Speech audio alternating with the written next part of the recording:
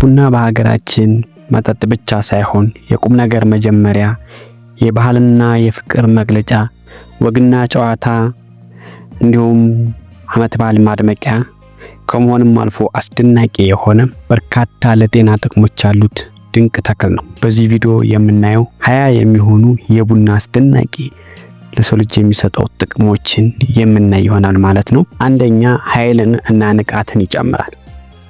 ቡና በውስጡ ባለው ካፌን አማካኝነት ድካምን በማስወገድ ንቁ እንድንሆን ያደርጋል። ሁለተኛ፣ የአእምሮን ብቃት ያሻሽላል። ትኩረትን፣ የማስታወስ ችሎታን እና አጠቃላይ የአእምሮ ስራን የማሳለጥ አቅም አለው። ሶስተኛ፣ ስብን ለማቅለጥ ይረዳል። ካፌን የውስጥን ሜታቦሊዝምን ከ3% እስከ 11% በማጥፋት ስብ እንዲቀልጥ ይረዳል ማለት ነው። እናም በዚህ አማካኝነት የሰውነት ወይንም ውፍረት ላለበት ሰው በእጅጉኑ ጠቃሚ ነው ማለት ነው። አራተኛ፣ አካላዊ ብቃትን ያሻሽላል። በደም ውስጥ ያለውን አድሬናሊን በመጨመር ለከባድ አካላዊ እንቅስቃሴ ሰውነታችን እንዲዘጋጅ በማድረግ አካላዊ ብቃታችንን ያሻሽላል።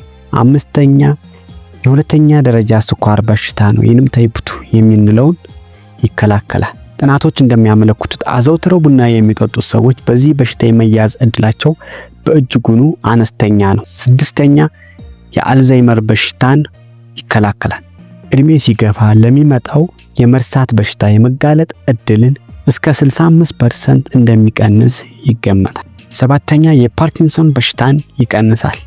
ይህ በአእምሮ ነርቭ ላይ የሚከሰት በሽታ እንዳይከሰት ትልቅ ሚና ይጫወታል። ስምንተኛ፣ ጉበትን ይጠቅማል።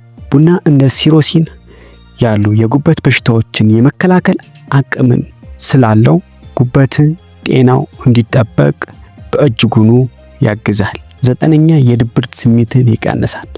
ጥናቶች እንደሚያሳዩት በቀን ቢያንስ 2 ሲኒ ቡና የሚጠጡ ሰዎች ለድብርት የመጋለጥ እድላቸው በ20% ይቀንሳል። 10 በውስጡ ጠቃሚ ንጥረ ነገሮችን ይይዛል። እንደ ቫይታሚን B2፣ B5፣ ማንጋኒዝ እና ፖታሺየም የመሳሰሉ ጠቃሚ ንጥረ ነገሮችን በመያዙ ከፍተኛ የሆነ ጥቅም ይሰጣል። 11ኛ፣ አንቲኦክሲዳንት ምንጭ ነው። በዘመናዊ አመጋገብ ውስጥ ቡና ከፍራፍሬና ከአትክልት በላይ ከፍተኛ የአንቲኦክሲዳንት ምንጭ እንደሆነ ይነገራል እና ከፍተኛ ጠቀሜታ አለው። 12ኛ፣ ለልብ ጤንነት መጠነኛ ቡና መጠጣት ለልብ ድካም የመጋለጥ እድልን እንደሚቀንስ አንዳንድ ጥናቶች ይጠቁማሉ። እናም ለልብ ጤንነት እጅጉኑ ጠቃሚ ነው። 13 ለስትሮክ የመጋለጥ እድልን ይቀንሳል። መደበኛ የቡና ተጠቃሚዎች ለስትሮክ የመጋለጥ እድላቸው በ20% ያነሰ ነው ማለት ነው፣ ቡና ከማይጠጡት ሰዎች አንጻር ሲታይ። 14 ረጅም እድሜ ለመኖር የተለያዩ በሽታዎችን የመከላከል አቅም ስላለው ቡና ከረጅም እድሜ ጋር ተያያዥነት እንዳለው ብዙ ጥናቶች እየወጡ ይገኛሉ። 15ኛ፣ የቆዳ ካንሰርን ይከላከላል። ካፌን የቆዳ ህዋሳትን በፀሐይ ጨረር እንዳይጎዱ የመከላከል አቅም ስላለው የቆዳ ካንሰርንም በዛው የመከላከል ሂደትን ያሳያል። 16 የራስ ምታትን ያስታግሳል። ካፌን በብዙ የራስ ምታት ማስታገሻ መድኃኒት ውስጥ እንደ አንድ ንጥረ ነገር ይገባል።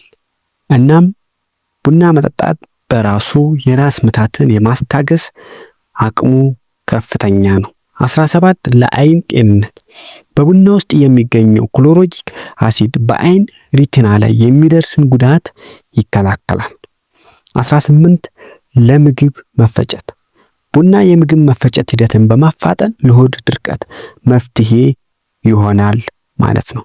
19 የአካል ብቃት እንቅስቃሴ ካደረጉ በኋላ የሚመጣ ህመምን ይቀንሳል። ከስፖርት በኋላ ቡና መጠጣት የጡንቻ መሳሳብን ህመምን ይቀንሳል።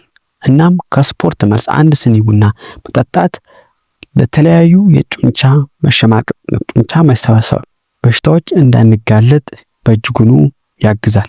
በ20ኛ ላይ ያስቀመጥነው ማህበራዊ ትስስርን በማጠናከር የአብሮነት አንድነትና ፍቅርን በማጎልበት በሰዎች መሃል ያለን ትስስር ወይንም ቀረቤታ የማጉላት ሂደቱ በእጅጉኑ ከፍተኛ ነው። በተለይም ለሀገራችን ለኢትዮጵያ ይህ ሂደት በእጅጉኑ የጎላ ድርሻ አለው ማለት ነው። እና ስለ ቡና ጥቅም ይህን ያህል ካልን፣ ነገር ግን ቡና መጠጣት የሌለባቸው እነማን ናቸው የሚሉትን ስንለይ አንደኛ የሚያጠቡ እናቶች፣ ሁለተኛ ነፍሰ ጡር የሆነች እናት፣ ሶስተኛ ህፃናት፣ አራተኛ የደም መፍሰስ የሚያጋጥመው ሰው፣ አምስተኛ የእንቅልፍ ችግር ያለባቸው ሰዎች፣ ስድስተኛ የልብ በሽታ፣ ሰባተኛ ተቅማጥ የሚያስቸግር ወይም ተቅማጥ የያዘው ሰው፣ ስምንተኛ የሚጥል በሽታ ያለበት ሰው፣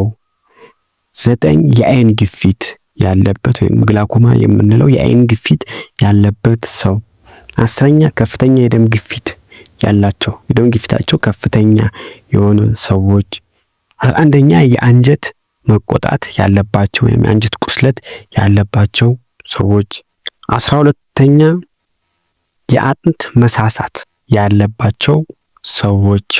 እነኚህ ሰዎች ቡናን ባይጠጡ በእጅጉኑ ይመከራል ማለት ነው። ዛሬ ያስኩላችሁ ጤናማ መረጃ ይህን ይመስላል ማለት ነው። በሌላ ጊዜ ወደ ሌላ ቪዲዮ እንገናኛለን። ቻናሉን ሰብስክራይብ፣ ቪዲዮ ላይክ ማድረጋችሁ እንዳይረሳ። አመሰግናለሁ። ባይ ባይ።